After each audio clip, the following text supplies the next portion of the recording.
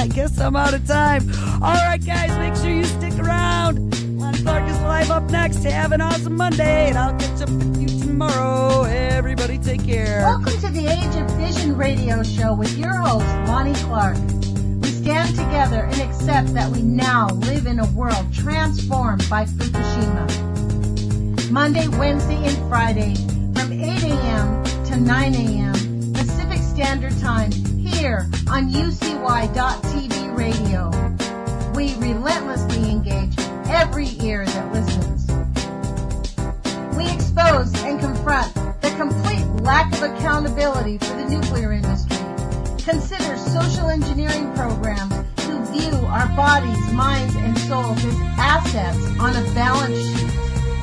We discuss vital current issues, interview activists, and engage our audience in an effort to allow all voices to be heard. The Age of Fission radio show creates a venue that all will choose. We encourage our listeners to reclaim their power and their courage to take action and save our planet from the ravages of greed and indifference. Our actions matter. Every voice matters. We remind our listeners that happiness is resistance.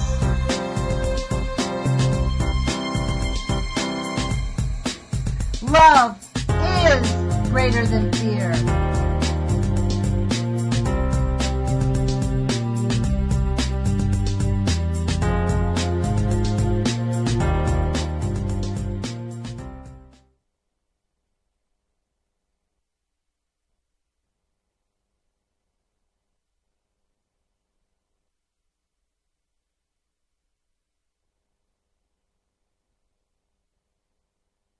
Oh, boy.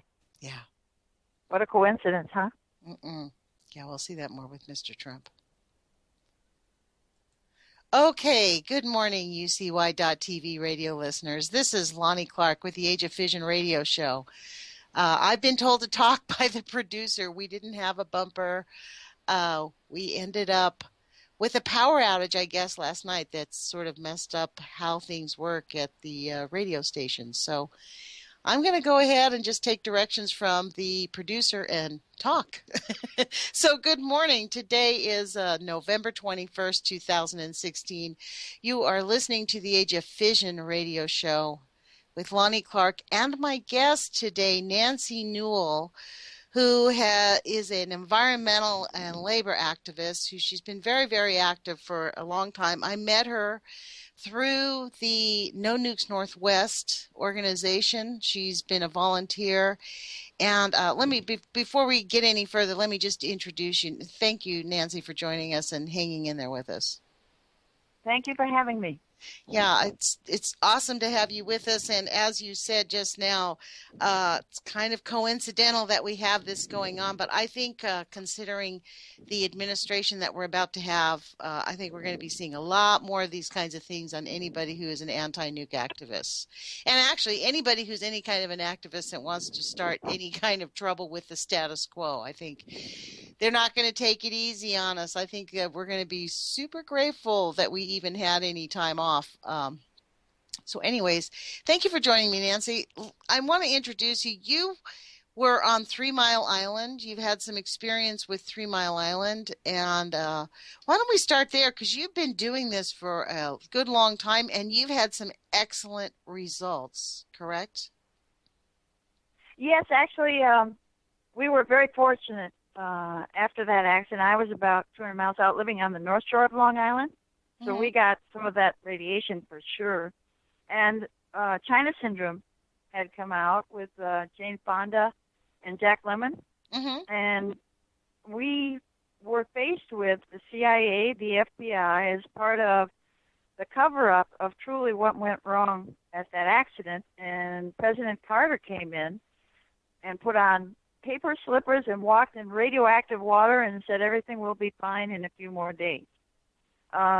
Actually, to that effect is what he was saying, which is unfortunate because he was trained in nuclear and he knows very well the radioactive implications of an accident like that. And so we got the Suffolk County Legislature. We were fortunate to have a Democratic legislator representing us who raised the issue and had the authority to press the state to prevent the continued building of the Shoreham nuclear plant, which was more massive than the 3 Mile Island plant and had a lot of the same engineering problems that 3 Mile Island. So there were thousands of people, including the Clamshell Alliance up in Vermont. We were in unity on the same day and in New York City to march and bring attention to these problems, with the industry still saying too cheap to meter when Shoreham had already gone over the price of construction about 5 times what they originally estimated. And we had the good fortune of Greg Pallas just completing his studies. You mean Greg Pallas, giving the us investigative reporter? Excuse me, Greg Pallas, investigative reporter? Yes. He Wow. wrote The Best Democracy Money Can Buy. He's exposed this recent election actually is illegal. And many illegal things were done, and they're being exposed overseas. But in the United States, very difficult to get reportage. But this can definitely be challenged and turned around before any January inaugural address. And I'm going to work on that as well, because we have a pro-nuclear individual in the name of Trump coming into the office. So it's a critical time. So is and that's Clinton. Let's be clear. Yes. Clinton is pro-nuclear, too. They're all pro-nuclear.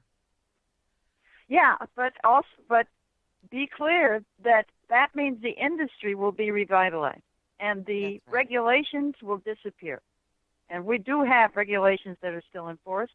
Not as much on this old nuclear plant that we're going to talk about, but even so, that structure will be very compromised, which is really insane in the United States to have even anything of that nature happening, because what will citizens do to get these things to close down, which it's been quite an event across the U.S., one after the other, and no new nuclear plants for a long time in the United States. Well, don't count on it. So that's why I am certainly wanting to go on any public radio to discuss my own experiences and how easily it was over a long period of time, about 5-6 years before we finally stopped the Shoreham plant. But it was successful, and we can be successful even in an atmosphere like this. And you mean that we can stop new nuclear plants from being built, like these little SMRs that they plan on building everywhere? Like they're already starting to build them in Idaho. Yeah, and also, well, of course, Corvallis is the research facility, right? University that just promoted it before our state legislature, and I think we unanimously stopped that here about a year ago. The Physicians for Social Responsibility did a tremendous job, and several other groups. Mm-hmm.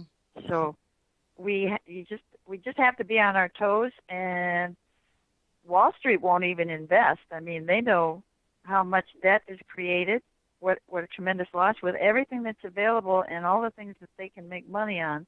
They don't want to touch nuclear, so that's been helpful. It taught its own lesson over time, and with the assistance of Dr. Helen Caldecott out of Australia, who helped us 40 years ago on actual statistics on low-level radiation impacts. Dr. John Goffman wrote the book, An Irreverent Illustrated View of Nuclear Power, which has wonderful cartoons that still stand up. They're still very much relevant. And its short title is Irrevi, and well worth reading. Hard to find, but definitely worth reading. You can find it on Amazon. I think I've got 2 or 3 copies. I buy these copies of Dr. John Goffman's books because I know they're going to go away. So I buy them just so that I can give them away to people who want to read them. To be honest. Oh, that's excellent. Yeah, because it's like Arnie Gunderson. You know Arnie Gunderson, I'm sure. Yes. Who is Fairwind's associate, and I didn't know this till I was working on the Columbia Generating Station nuclear plant opposition recently, and we discovered that we were opposite each other during the building of the Shoreham nuclear plant on Long Island.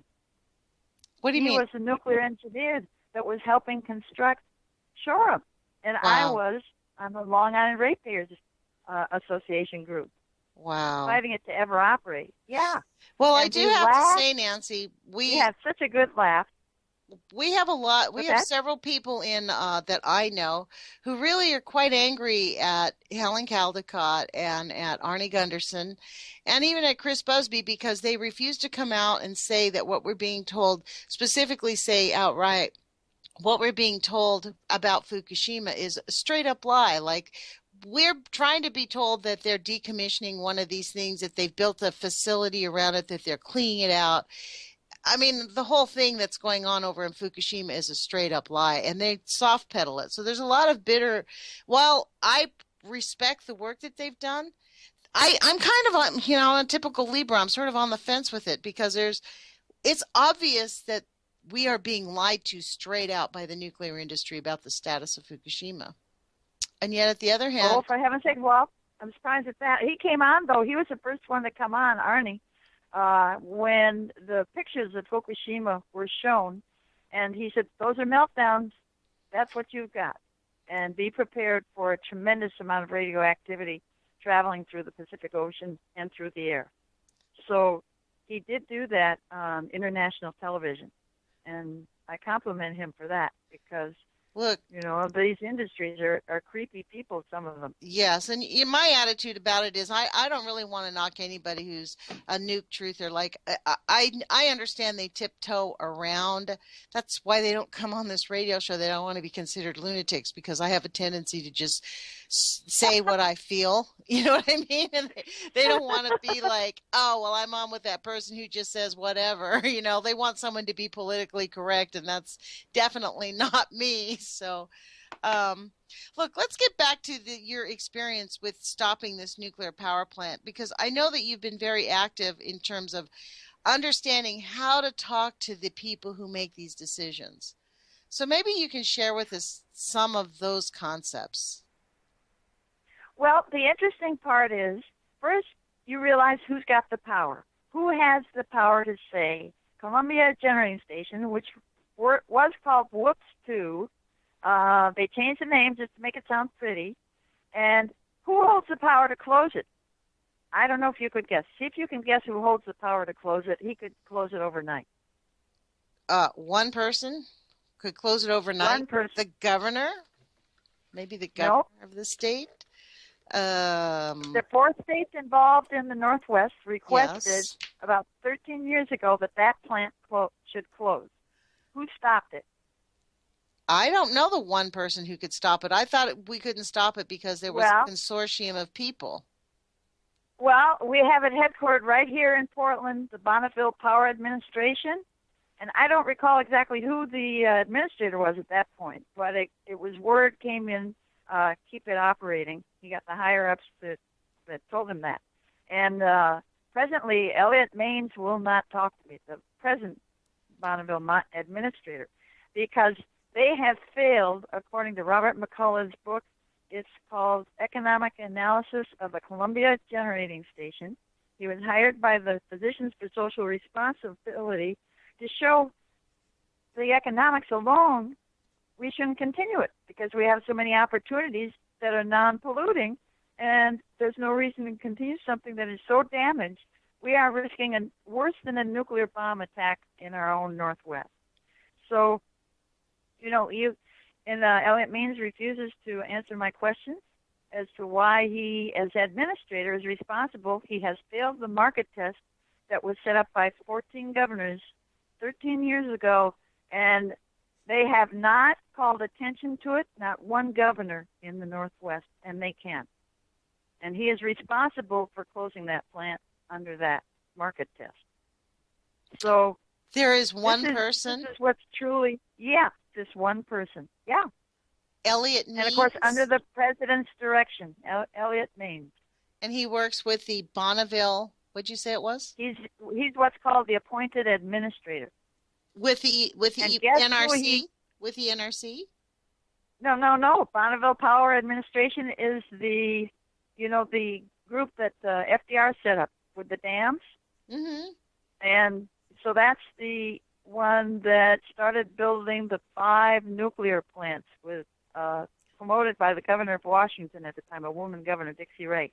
Wow. And the only one surviving is this Whoops 2 plant, which is the Columbia Generating Station. And it's just subsidized death, basically. Yes, it is. But knowing death. I've been knowing about this. I mean, actively engaged in understanding this or attempting to understand it. This is news to me. So, Nancy, I'm going to ask you to be a little bit redundant here so that people can write this down, because what we need is for people to call this guy and tell him to shut it down. So his name is Elliot Means, Means. I think it's Mainze, something like that. I don't have his exact spelling. Okay, I'll look it up. And then it's called Bonneville Power Administration? Yeah, BPA for short. Okay.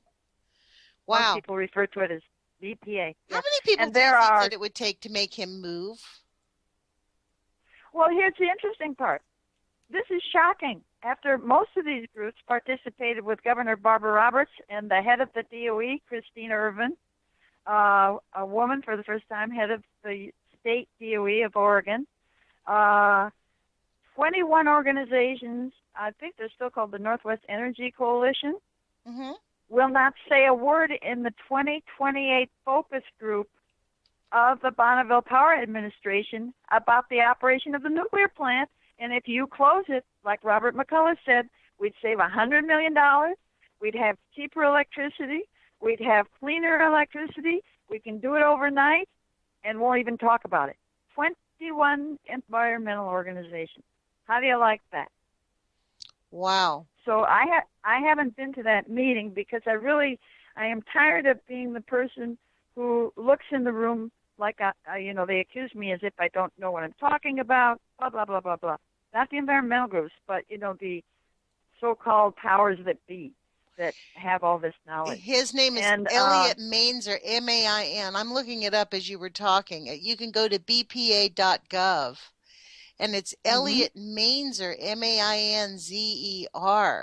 You're telling me that this man could actually close the Columbia Generating Station if he decided that it needed to happen?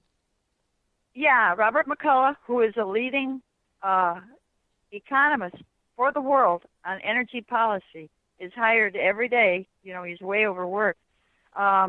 Yes, he told me that, yes, according to the laws, he could. Yep. Wow. Yeah. Wow. So, there, of course, would be all kinds of battles, just as there were, they bankrupted the whole financial public power, 27 public utilities in the Northwest involved went bankrupt and are paying 15% of their bills still on that whoops debacle of the 5 nuclear plants. And 2 of them, I don't think, never got built. 4 and 5 never got built finally. And Congressman DeFazio told the story about walking into the courtroom to keep Eugene Water and Electric Board out of the whole Bonneville contract on the nuclear plant. And he came in with his blue jeans on. This is before he was a congressman, and with his friend, who was a lawyer as well. His blue jeans, and his sports coat. And they all came in, about 20 lawyers, and they beat him in court that there's no reason that EWEB would have to be forced to join into that contract. So he was a visionary and a critic for years as a congressman to prevent a lot of this development of nuclear, thank goodness. I think that we are now part of that. I know that we do get, I think it's 4% of our energy here in the Willamette Valley from the Columbia Generating Station. Wow. That is, this is the thing that people don't understand. The Columbia Generating Station is a clear and present danger to the entire nation, not just the Northwest, because the wind goes west to east. It's headed their way. There's no other way to go. I want to hand out this phone number. I did just look it up so people can contact Elliot Mainzer. That's Mainzer. And that phone number is 800-282-3713, so that people can call him and tell him to shut down the Columbia Generating Station, which I'm going to start a little campaign now. I have been told I'm covering this for just a few years. I'm kind of late on the bus here. And I was told that there's a whole consortium, like 58 people, that it's super complicated, that you can't really close down the Columbia Generating Station very quickly. So, Yeah. Yeah. Well, it can be done overnight practically. And of course, the people in the Tri-Cities area, believe it or not, I called the birth center that's in the Hanford area. I called the woman that heads it up, and she would not talk to me about the radioactive impacts. And there is now a 83% increase documented in the Hanford area of breast cancer in women. wow. There are mutations in children born in that area.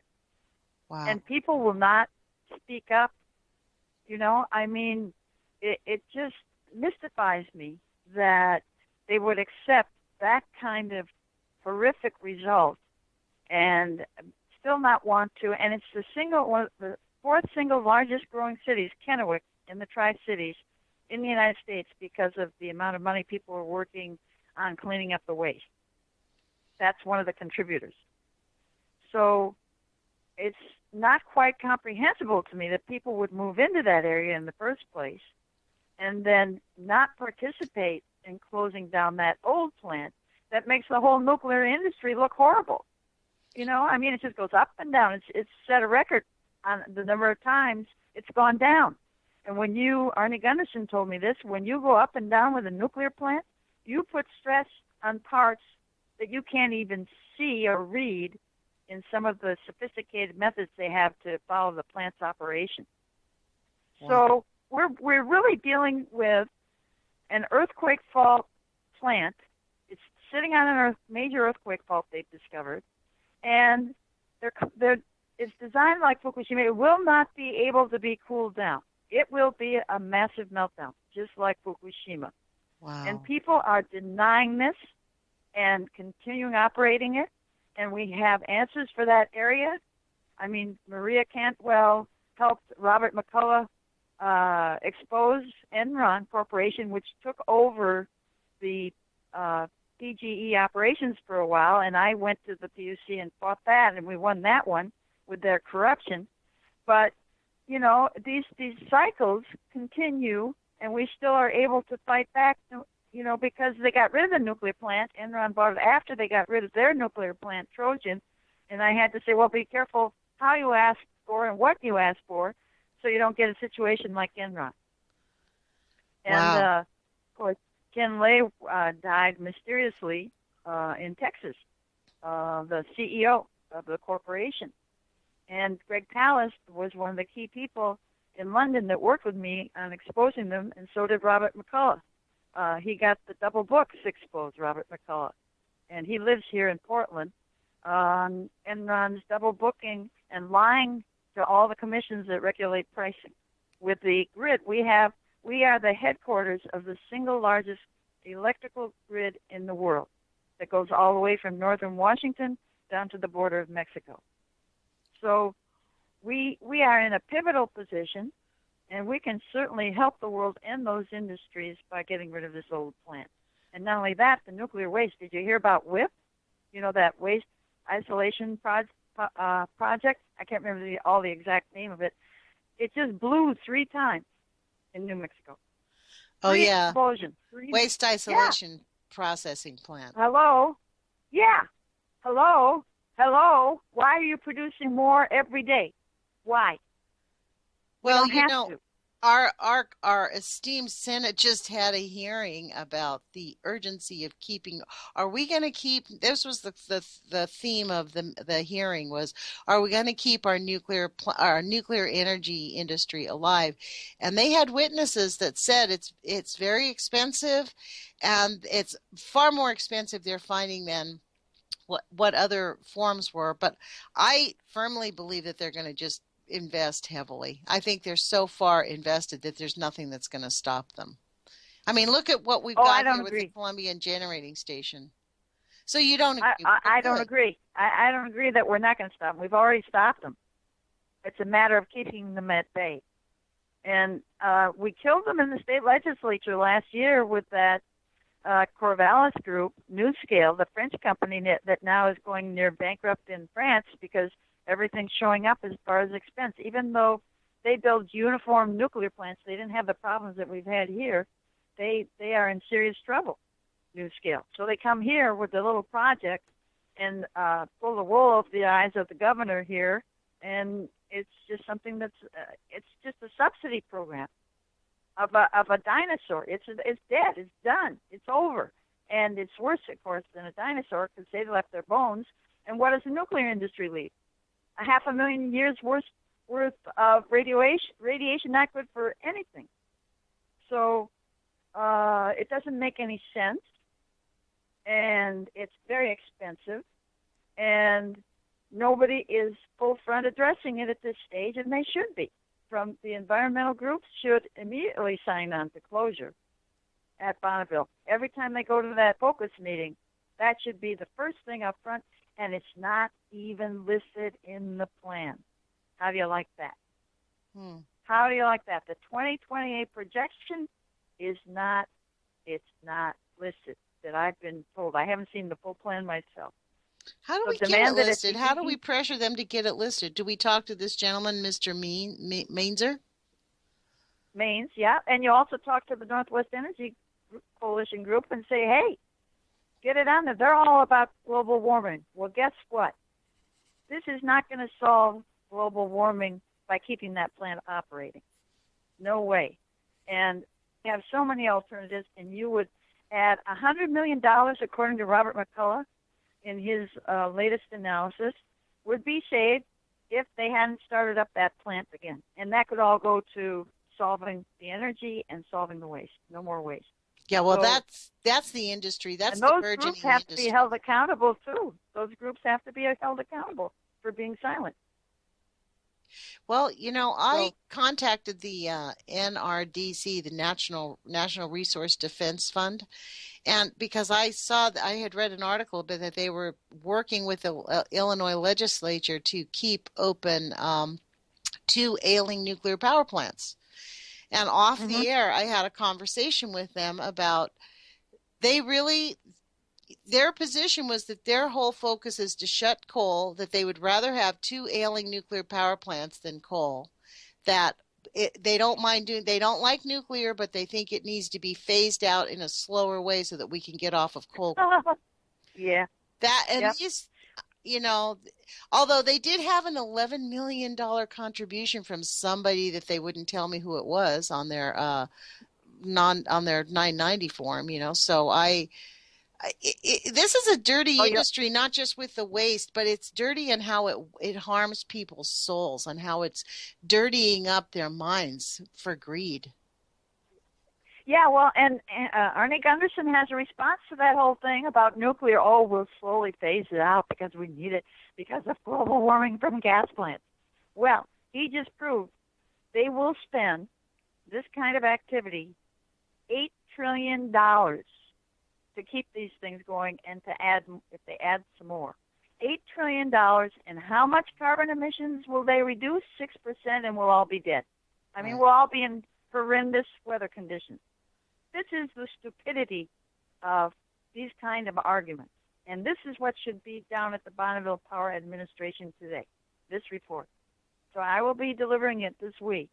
And they have got to stop this like they did with us on Long Island, the CIA, the FBI, the 20 executives of the Long Island Lighting Company, and lying to the public.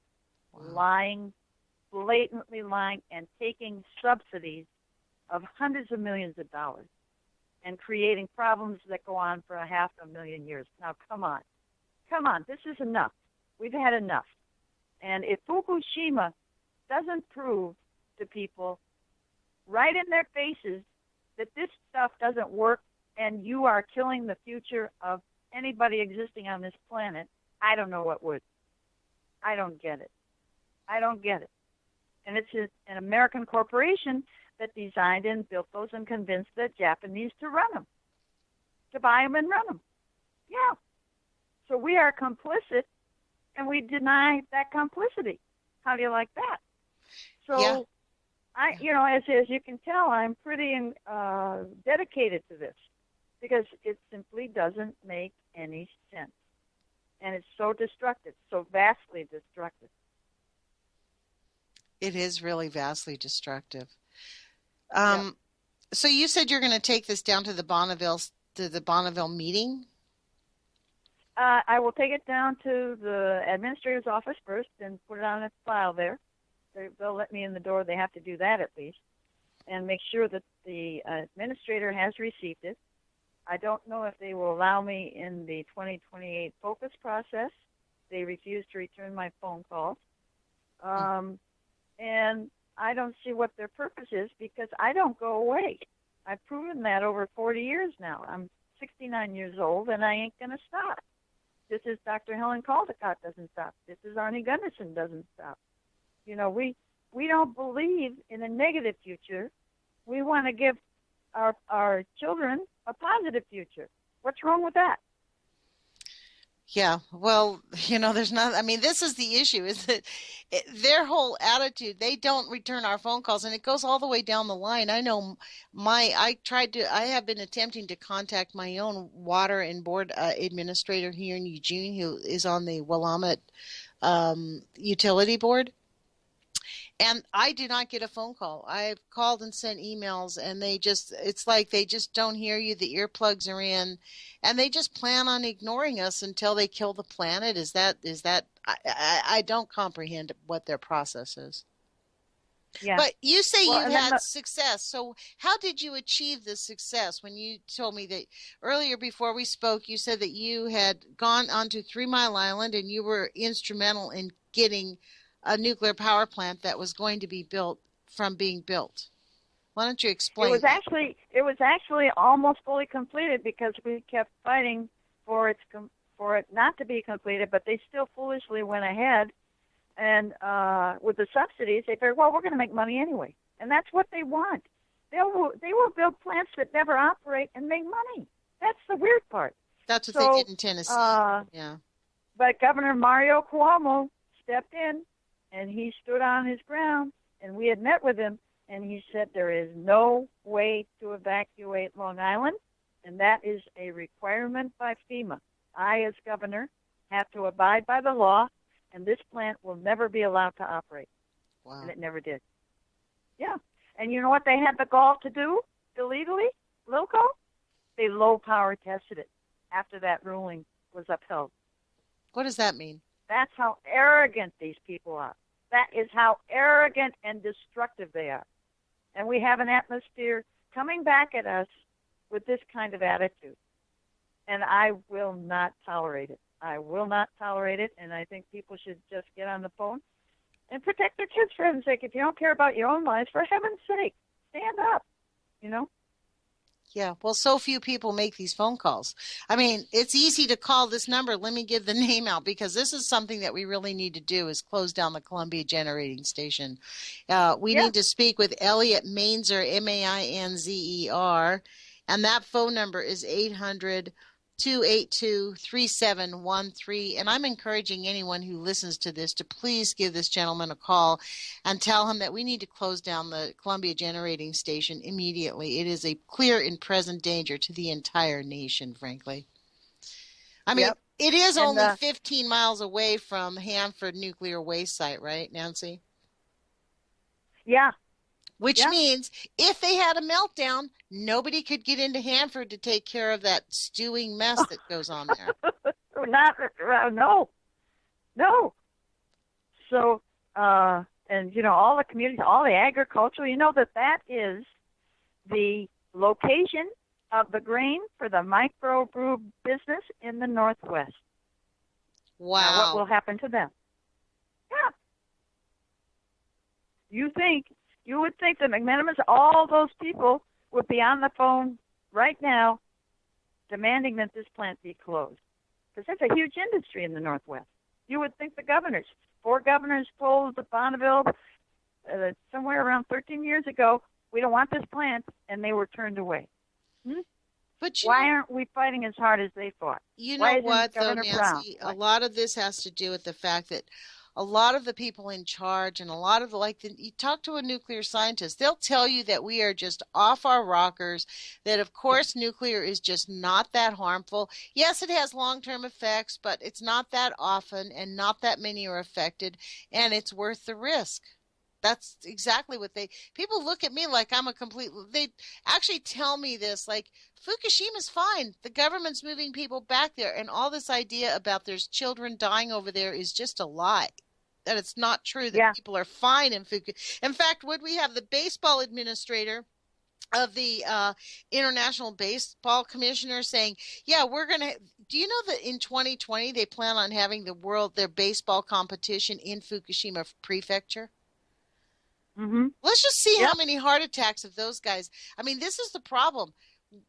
It is a problem. I spoke to a gentleman who is working on creating a plot chart. He's staying calladito. He's not talking about anything till he gets his plot chart completed. It's a 5-year study that he's doing. Of all the athletes on the West Coast, up and down the West Coast at all the universities. And he's studying how many of those young athletes who are out in the air all the time are having heart attacks. That's his specific look. Yeah. Because we know cesium-137 goes after your heart, right? So, and he said the spike. He's like every year. I think he plans on coming out in 2017, and I hope it does get. I hope he will be out there with it. But the energy. Yeah, go ahead. No, you go ahead, please. Oh, okay. Well, Energy Northwest. That's the group of now. There is a good result. Seattle has pulled off of that contract. They're pulling off that contract gradually because they got a manager out of Austin, Texas, who knows solar, who knows wind. He's very capable, and they are going the direction with the election of Suwant, I think is how you say her name. She's the commissioner now in the Seattle City Council, and they oversee the Seattle City Light Public Power Group. And they were partners in the plant, and they are maneuvering very quickly to get off that electricity and use alternatives with their new manager. That is the biggest segment of payment for Bonneville Power on the CGS plant. And Vancouver is the second largest user. So that's a big switch right now, and it's having economic impact, and nobody's talking about that. And Seattle is moving forward rapidly on energy efficiencies, solar, wind, and all kinds of different plans that the book, I don't know if you've heard of it, that Arjun Makajani put out called Carbon-Free and Nuclear-Free, a Roadmap for U.S. Energy Policy. And he was hired by Carter, and he's the one that helped put on the solar panels on the White House. And he's still got his institute. And he says we could easily do this with algae and all kinds of things. So the entire country. So why wait? And so Seattle's no longer waiting. And we went off Trojan years ago, and thank goodness for Ken Harrison, who was a private utility person and recognized the costs of fixing that old nuclear plant with the broken pipes. And after a lot of public pressure, and he saw that his own company was going to suffer, he got off it. Unfortunately, Enron came in, and they were vulnerable, and Enron came and took over without that nuclear plant operating because it was a nice deal, access to the grid, so that they could then cut off power to senior citizens in California in a heat wave. And they got caught by Robert McCullough from Portland, Oregon. So this whole area has so many positive things that we've done. This is one thing we really should do now. And it's easily done. We have all these experts that have proven things over time. And Germany, a woman leader, is 4 energy plants. 4 of them are nuclear. She's in the process of closing them. Why isn't our governor, Kate Brown, like Barbara Roberts, and the head of the DOE saying, of our state DOE, it's over. That one doesn't operate efficiently. It's polluting. It gives us waste we have no place to put, especially after the WIP thing has failed. Take care of it. Get it done. This is something that people would love to see done. And it creates jobs. This has been proven time and again. Arjun has released a report on all in that book, Carbon-Free, Nuclear-Free. You don't have to suffer natural gas global warming problems. There's all kinds of answers. So let's get going in the state of Oregon. We've proven it in the past. Let's do it again. You inspire me, Nancy. Thank you. I mean, I have to say, I've kind of gotten jaded because there's been so much negative response to anything about nuclear since I've been engaged in this. But, thank you for reminding me that our activism actually is very effective and that it really does matter how much effort we put into it. And all It certainly does. it does take, I mean, how how much sustaining effort did it take for you when you worked in New York to keep that plant from being closed down? How long was your sustaining effort process done from start to finish? How long did it take you to sustain your effort till you actually accomplished the goal of having that plant stopped? 6 years. So 6 years to save the planet, 6 years of effort to save the planet. Yeah, and I've not stopped as I've advised people throughout the world. And, my friends have all done this. Ed Smella, Sacramento is mostly solar. They got off a nuclear plant, and for a whole month, he had 2 small children, he and his wife. Their lives were in danger, and they had to have security for a whole month when he was chair of the utilities and SMUD, Sacramento Municipal Utility District. And they took all that risk, and they closed that plant, and they're proving it every day. Molten salt will store it, and all these different balances of wind, and you can do it with energy efficiencies, and why not? Why not us? So, wow, people have risked their lives and their families' lives, and this is the kind of effort we need. We cannot tolerate this anymore. You are so right. And we have to. Yeah. Explain that again. You said, now who was this who had to hire security? Because you say these things as if it's like, I know that you've been engaged in it, but my ears perk up when you say the director of a utility agency had to hire private security when when he moved to get them off of nuclear. Is that what you just said? Well, they established a public utility district by ballot called Sacramento Municipal Utility District. They had a nuclear plant operating, and they figured out how to get off it. And once they figured it out, he was chair of that utility, and they knew he was one of the key factors in getting it shut. And so his life was threatened. I was threatened on a cable radio show during the Trojan, acting on the Trojan nuclear plant closure. And it was by a worker that was very frustrated, and I told him when I walked out of the cable office, I took the phone call. I said, well, yeah, you can kill me, but you're going to kill me anyway. So what's the difference? Right, exactly. What's the difference? Do I want to suffer breast cancer? I don't think so. Right. Do I want my children to suffer breast cancer? I don't think so. I mean, what are you giving me here? So this was a very strong family. His wife was totally supportive with their 2 young children, and they withstood it. And he didn't have to hire himself personally. The SMUD hired for him to protect him, and they accomplished it. And now 2 other counties are totally solar and wind in California, major counties, Marin County, and I can't remember the other one. Yeah, and it's growing. And my friend wrote the book, Who Owns the Sun? I brought him up. His name is Dan Berman, and he was recently a commissioner of the Public Utility Regulatory Agency in California. And their town is got its own public utility now, Davis. So it's growing, and they can't stop it. They can't stop us, and they can't stop it. And you notice that in this election, which states... Are you there? There is no question that this election should be challenged. That's how dangerous, and, the nuclear power advancement that they want is all part of it. So... Say that again, because we sort of missed you. That whole thought skipped a minute. Okay. Repeat that.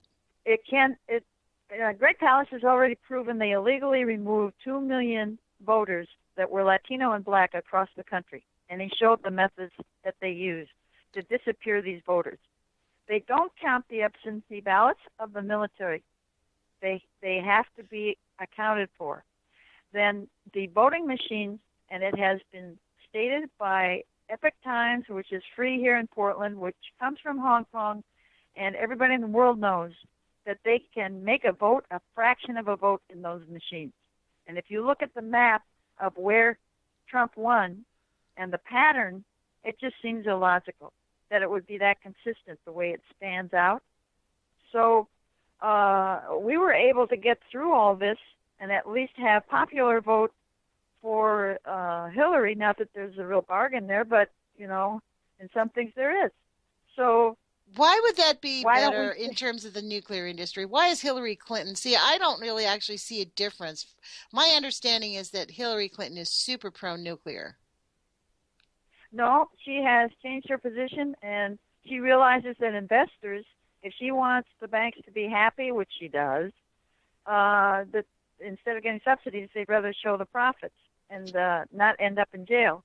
So they want the alternatives, and they're all very easy to do in the United States. So she is very much leaning towards and putting in place where she can those kind of operations rather than nuclear.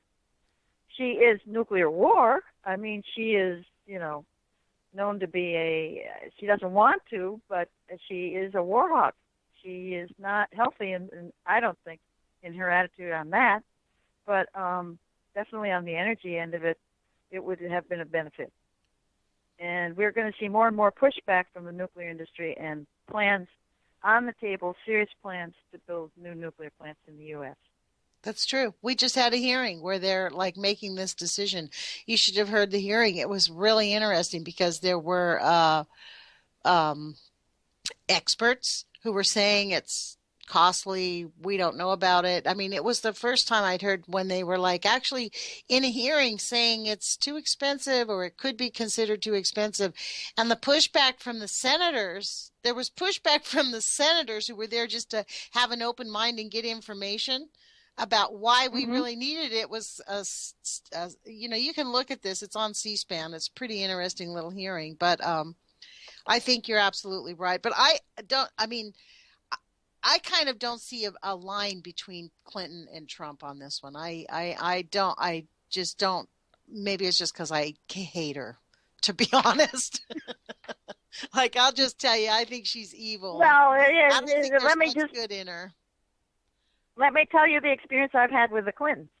Enron was introduced by Bill Clinton, and Hillary was very much in support of it, that it take over Portland General Electric. So I'm not fond of that family, believe me. But, yeah, I mean, they were exposed, and, you know, I think that's part of the reason that Hillary didn't get more votes in other states and is not trusted. You know, that's part of it. But yeah, I totally agree. I mean, it's not an easy choice, but I think that the more we can have the opportunity to push back on all the uglies, the better we're going to do. Yeah. And we don't have to be at the mercy of these so-called controlling powers. The 4 governors right now could step up and tell the Bonneville administrator, hey, you're not meeting the market test. We're going to take you to court. They could do that too. You know? They're not. So are the courts going to uphold it? I have no idea. But with the appointment that Trump wants for the Supreme Court, oh my God, the U.S. Supreme Court, oh my, the history of these people, oh, it's horrible. So, you weigh these things and hope for the best, but yeah, we do have to hope for the best. And I think it really matters for us to push back. I think these phone calls do matter, like making the phone calls to the governors of these states, making this phone call to Elliot Mainzer. And I appreciate the fact that you said it took you 6 years, because that gives people perspective on how long it really does take to make a change. It's not like you're going to get actively engaged in 1 year or 2 years, and then they're going to say, oh, yeah, we have to close it down. We have to be persistent for a long time. In our minds, that's a long time. It's less than a decade, actually, which is not that long when you consider how long nuclear waste damages our environment. Yeah, here's an interesting twist in history in New York. His son, Mario Cuomo, who did assist us in closing or stopping the operation of the plant, the Shoreham plant, nuclear plant, his son is now governor of New York. And he's insisting on the Indian Point plant be closed because it's very dangerous. And global warming, the temperatures are increasing, so you can't cool them. If it gets to a certain temperature all around the world, you can't cool a nuclear plant. So He's very active on the Indian Point plant, but interestingly, I think there are 2 or 3 plants near the Buffalo area, and he's not acting aggressively. I think they're called 9-mile nuclear plants, on closing those. Now, why is that? So it's this really odd mix of what their political considerations are, you know. I still don't understand it, but because me either. Once you get it in, it proves itself every time. Once you close one of those things, it proves itself every time. I mean, the waste alone, the waste treatment, these people are going to have jobs till forever. Their kids and their kids and their kids, you know. Well, I don't think we've actually even dealt with the industry that could be developed for managing the waste. I have not heard of a real industry that is attempting to find the solution on what do we do with this stuff and how to neutralize it. Like they've just sort of thrown up their hands and gone, well, there's nothing we can do about it. I genuinely believe that there must be a solution. There must be a solution. Yeah, well, stop producing it for one thing. That'll help a lot. And put the money into the research. You know what they found, and I don't know if this is real or not. Maybe you can check into this, but some fellow came up with a mushroom combination that cleans up the oil in the Gulf from the awful microbes, BP spill. Yeah. So yeah, that's pretty solid. We just haven't found it. That's pretty solid science, I think. Yeah, yeah. So there's got to be, you know, I still believe that there's a way that at least it can be slowed down. Something I don't know. But we are very creative, and you know, we have all the ability to keep looking at it as long as you spend the money on it. But they spend the money creating it, not solving the problem. It's like the boys that never used to want to carry out the garbage. Oh, that's not related to nuclear. We don't have to worry about that. You know, it's a complete. I heard, you're not going to believe this story. I go to the 26 members now of the Energy Northwest and testify at their big meetings, right?